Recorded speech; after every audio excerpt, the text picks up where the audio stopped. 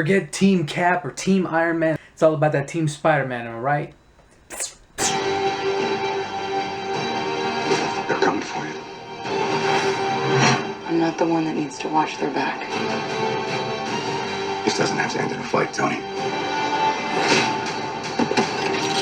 You just started a war.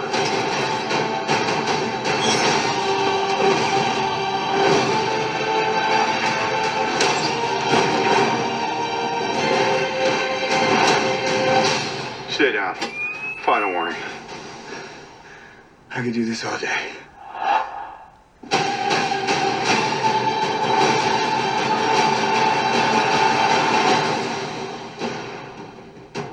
All right, I've run out of patience. On the roof! Hey, everyone. Oh, what can I say about this movie? First off, ladies and gentlemen, the fact that I even saw this movie this early, oh my god, I want to see it again so bad. Yeah, this movie, Captain America Civil War. Yeah. Just a whole lot of epic fun for sure. By the way, welcome to another edition of Worth a Watch with me, Anthony Flores. Let's talk Captain America. This is my god, and right off the bat, I can safely say to you, ladies and gentlemen, this movie it's damn near blockbuster perfection. I'm not going to make any comparisons though with Batman versus Superman. It's its own entity. It's all the way over here, out of the frame.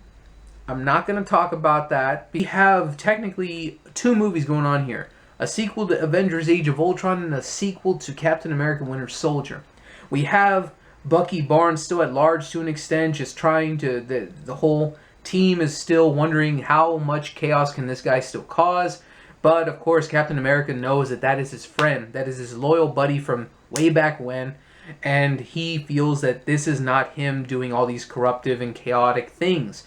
Because there are some situations that happen in the beginning of the film that just lead to a chain of events that just fuck shit up, leading towards the accusation that Bucky is murdering people more and more all of a sudden, and of Iron Man saying, I believe we should be put in a check, and then Steve Rogers saying, we need to be the ones to say when we want to fight. We get to choose. None of this United Nations deciding what we do. That's where the conflict happens. We have the sides. We have both sides just conflicting.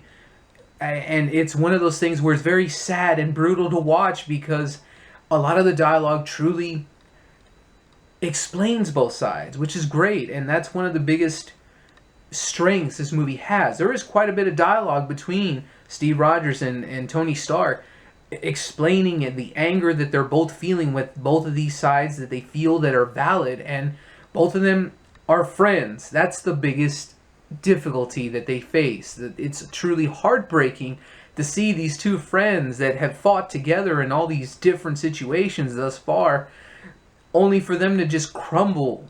And it is devastatingly hard to watch. This truly is a breakup of the Avengers to me, and that's what I felt as the movie progressed. There is truly sides that are taken, but with reason, and that is one of the biggest strengths that the writers as well as the Russo brothers back at it again in the director's seats. They bring this complex situation where it's politically valid. It's very much, yeah, Avengers have fucked some shit up and they are aware of it now more than ever, and things need to be done and more things happen.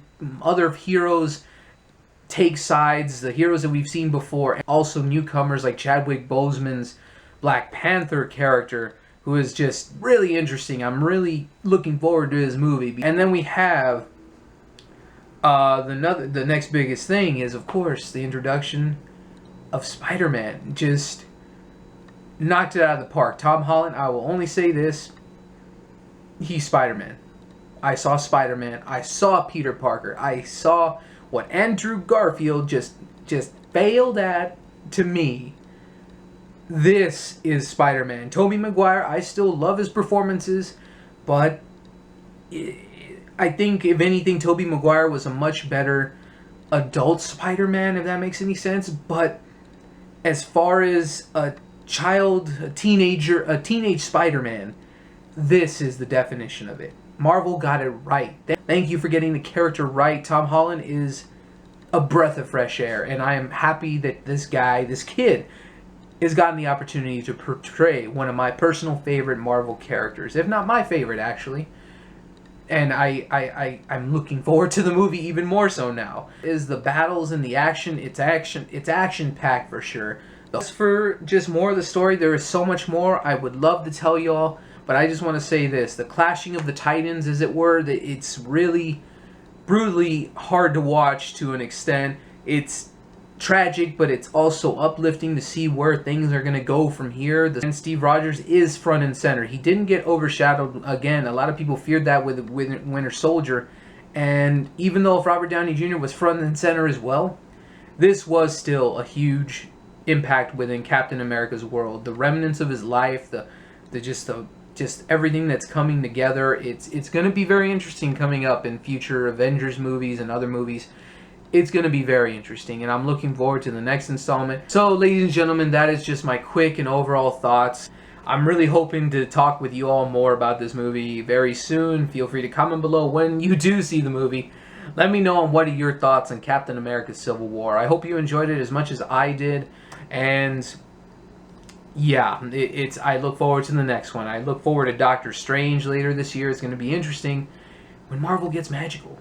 So, thank you all so much for watching. Don't forget to like, subscribe, and all that other good stuff in between. And don't forget to follow me on Instagram, Facebook, Twitters, and God knows what else I do anymore. All in the links below and all that other good stuff in between. So, until next time, I'm Anthony Flores with Worth a Watch, and keep going to the movies.